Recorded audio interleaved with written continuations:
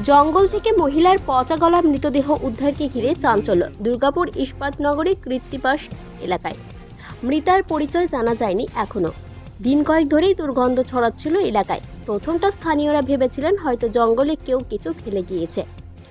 বৃহস্পতিবার সকালে স্থানীয় এক ব্যক্তি ছাগল চড়াতে গিয়ে প্রথমে দেখেন জঙ্গলে একজনের মৃতদেহ পড়ে রয়েছে। সাথে সাথে খবর দেওয়া হয় পুলিশকে। পুলিশ এসে উদ্ধার করে মৃতদেহের পাশ থেকে একটি ফ্যান্টি ব্যাগ উদ্ধার করেছে পুলিশ। গন্ধ আসছিল হালকা, কুকুর পুকুর যেমন মরে, ঠিক আছে। দিয়ে কাকু তো ছাগল চড়ায়, ছাগল চড়িয়ে আসছে, তখনই কাকুই বললো যে এখানে বডি পড়ে আছে, ওই যে পাশে যে সামনে রয়েছে না ওই বাড়িটা। হ্যাঁ, কাকু এসে আমাদের বললো, নিয়ে আমরা সব পাড়া থেকে যেয়ে থানাতে যেবার বললাম, থানা থেকে এসে দেখলো। বডি মানে কি বডি? একটা মেয়ে ছিল মানে পচি গেছে পুরো। হ্যাঁ, মহিলা, শাড়ি পরে ছিল তো পুরো এলাকার মনে হচ্ছে। তো এখন কিছু বোঝা যায় না, পুরো পচে গেছে, পুরো পচে কালো হয়ে গেছে। আর কিছু ছিল ওর সঙ্গে? শাড়ি ছাড়া আর কোনো কিছু ছিল? শাড়িটাই দেখলাম তো, শাড়ি পরে ছোট ব্যাগ একটা ছিল, ব্যাগটাও নিয়ে গেল। তদন্ত করে আমাদের যে ভয় ভীতিটা, আমাদের যে এখানে একটা মানুষের ডেড বডি বা মহিলা ডেড বডি যাই হোক, কিন্তু এটা যেন পুলিশ সঠিকভাবে তদন্ত করে। আমরা একটা অনিশ্চয়তার মধ্যে বাস করছি। কি করে এলো কিছু বুঝতে পারছেন আপনারা? হ্যাঁ, সেটা তো কি করে জানবো?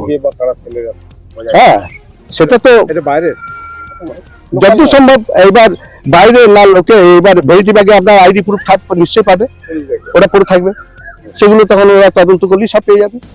আপনার চিন্তায় আছেন? আমরা তো একটা চিন্তায় আছি। এর আগে 2002 সালে এই এলাকার একটি আবাসনের সেফটি ট্যাঙ্ক থেকে মহিলার দেহ উদ্ধার হয়েছিল। এই ঘটনার আতঙ্কে রেশ কাটতে না কাটতেই ফের বৃহস্পতিবার সকালে মহিলার পচা গলা দেহ উদ্ধার। ওই আমরা গন্ধ পাচ্ছিলাম 4-5 দিন ধরে। তারপরে আমার ছেলে দেখলো, ছেলে দেখে আমার দাদুকে বললো, দাদু দেখলো, দেখে বলছে যে হ্যাঁ। তারপরে আশেপাশে খবর দিয়ে, পুলিশ থানায় খবর দিয়ে তারপরে এসে নিয়ে গেল। দাদু কি দেখলো ওখানে গিয়ে? দাদু দেখলো মহিলা লাশ পড়ে আছে, ওখানে। আমরা সবাই গিয়ে দেখে এলাম। কদিন ধরে গন্ধ পাচ্ছেন? আমরা খুব জোর 4-5 দিন ধরে গন্ধ পাচ্ছি। আমরা বলি এখানে সবাই তো কুকুর পচা ফেলে দিয়ে যায়, সেই গন্ধ আমরা তো বুঝতে পারিনি। তারপরে ওখানে গিয়ে দেখে গেলাম যে মহিলার লাশ পড়ে আছে। না, শুধু এমনি পড়েছিল, ব্যাগটা কিছু ছিল। আর আশেপাশে তো ব্যাগ ছিল, আমি জানি, কিন্তু পুলিশ এসেছিল। হ্যাঁ, পুলিশ কিছু বললো আপনাদের? না, আমাদেরকে কিছু বলেনি পুলিশ। দাদু কোথায় এখন? দাদু গেলো যে ফাঁড়িতে রাখলো। দাদুর কাছে জানতে চাইছেন? হ্যাঁ, দাদুর কাছে জানতে চাইছেন, দাদুকে জিজ্ঞেস করলে দাদু ঠিক বলতে পারবে। আপনার পুলিশকে পুরো বিষয়টি দেখার জন্য বলা হয়েছে, জানালেন স্থানীয় প্রাক্তন তৃণমূল কাউন্সিলর মণি দাশগুপ্ত। ইস্পাতনগরীর তিলকের বাসিন্দা ওই মহিলা জানান প্রাক্তন কাউন্সিলর। বলছি, হঠাৎ করে আজ সকালবেলা ঠিক 9:15 নাগাদ আমাকে প্রশাসন থেকে ফোন করে যে আমি 14 নম্বর স্ট্রিটের মার্কনিতে একটা টাওয়ার আছে, সেই টাওয়ারের মাঠে একটা 3-4 দিন হবে হয়তো, অনুমান করছে, এখন সঠিক তথ্য নয়, সেই একটা ডেড বডি পাওয়া গেছে এবং তার পাশে একটি ব্যাগ পাওয়া গেছিলো।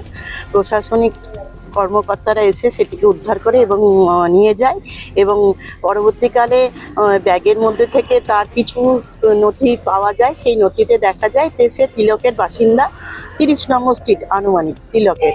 তো এখন আমরা সবাইকে বলবো আতঙ্ক হওয়ার কোনো কিছু নেই, যেহেতু একটা ঘটনা ঘটে গেছে, সেই জন্য পুলিশ প্রশাসন সতর্ক আছে। তারা প্রতিনিয়ত, আমরা বলেছি যে যেহেতু একটা ভয়ের সৃষ্টি হয়েছে, সেই জন্য রাউন্ড দেওয়ার কথা বলেছি। রাত্রেবেলায় প্রশাসনিক তারা প্রত্যেকটা স্ট্রিটে একটু রাউন্ড দেওয়ার জন্য আমরা বলেছি। আর আইন তো আইনের ব্যবস্থা নেবে, পরবর্তীকালে আসানসোলের পোস্টমর্টম হবে, তারপরে যদি কোনো কিছু তাদের অনুমান হয় পরবর্তীকালে প্রশাসনিক ব্যবস্থা নেবে। আমরা সবাইকে বলবো কোনো কিছু যদি তাদের অসুবিধা হয় অবশ্যই আমাদেরকে জানাতে, আমরা তাদের পাশে আছি। ময়না তদন্তের জন্য মহিলার মৃতদেহ হাসপাতালে পাঠিয়েছে পুলিশ। রহস্যময় এই মৃত্যুর পেছনে কি কারণ লুকিয়ে তাও খতিয়ে দেখছে পুলিশ। ঘটনাস্থল ঘিরে রেখেছে। দুর্গাপুর থেকে অনুরাধা সেনগুপ্তের রিপোর্ট, খাঁটি খবর।